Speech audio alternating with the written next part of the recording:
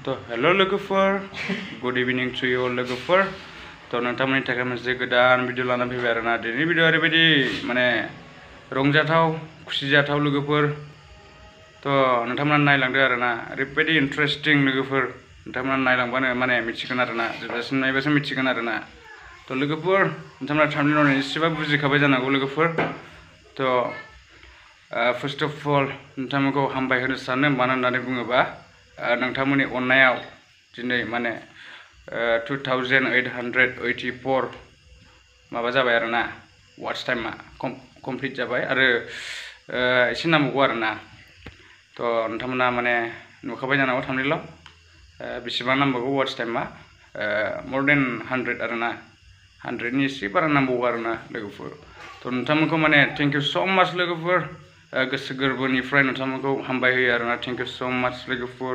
वाव thank you तो मा होनबावनो ना लोगोफोर नोंथांमोननि अननायाव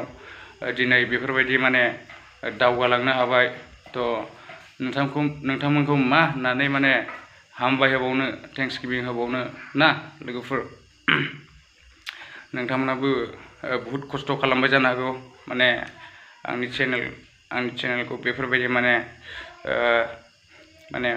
साबस्क्राइबफोरखौ बारायनो थाखाय नोंथांमोना बहुत खस्थ' खालामबाय जानो हागौ शेयार खालामबाय लाइक खालामबाय कमेन्ट खालामबाय नंगौना नङा लोगोफोर तो नोंथांमोना कमेन्ट खालाम आरोना तो आं मा होनबावनो ना लोगोफोर रावफ्रानो गैला आरोखि ना नोंथांमोनखौ मा होननानै माने हामबाय होबावनो तो थेंक इउ स' माच गोसो गोरबोनिफ्राय लोगोफोर आरो बिदिनो सापर्ट खालामलांबाय था फिउचाराव ना लोगोफोर बिदिनो मोजां भिडिअ लाबोबाय थागोन नोंथांमोननि थाखाय माने फ्रेश भिडिअ लाबोबाय थागोन नोंथांमोना नायलांबाय थाबानो जाबाय आरोना आरो बिदि सापर्ट खालामलांबाय थाबानो जाबाय आरोना तो लोगोफोर नोंथांमोनाथ' नुखाबाय जे वाच टाइमा कमप्लिट जानो थाखाय बेसेबां नांबावगौ कय घन्टा नांबावगौ ना तो थेंक इउ सै आरोना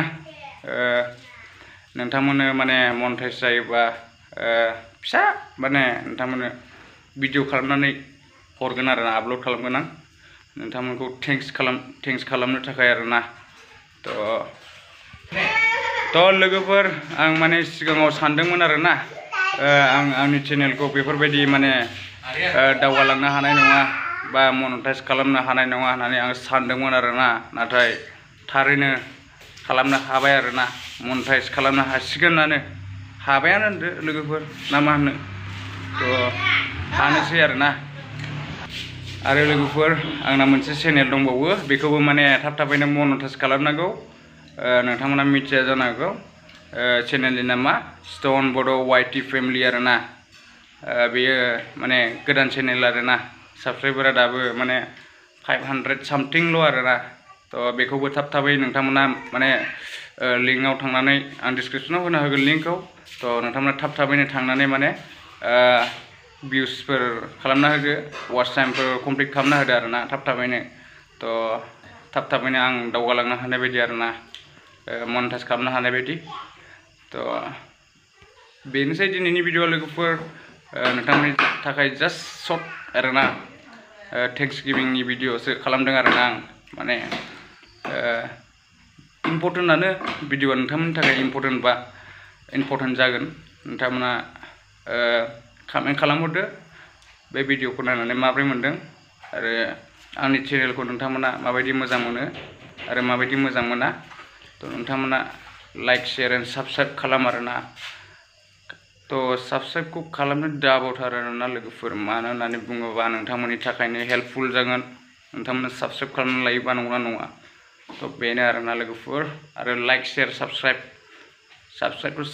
ना नोंथांमोना सोरबा खालामबाय जानो हागौ आरो सोरबा खालामाखै जानो हागौ आरो लाइक खालामनाया जोबोर इम्पर्टेन्ट लोगोफोर लाइक एन्ड कमेन्ट तो नोंथांमोना बेफोरबायदिखौ माने खालामलांबानो जाबाय आरोना तो थेंक इउ स' माच लोगोफोर and thank you all because you all guys supported me from from before ना सिगांनिफ्रायनो नोंथांमोना subscribe खालामबोबाय like खालामबोबाय comment खालामबोबाय तो दिनै नोंथांमोनखौ माने हामबाय होनायनि समा फैबाय आरोना तो thank you so much लोगोफोर thank you all. So guys, if you like this video, make sure you subscribe. Don't forget to subscribe and don't forget to like, share. That's all guys, and see you on the next video guys. Thank you so much because with your love guys, today I am in this position, in this step. Thank you. See you on the next video. Don't forget to like, share and subscribe. Okay guys, bye bye.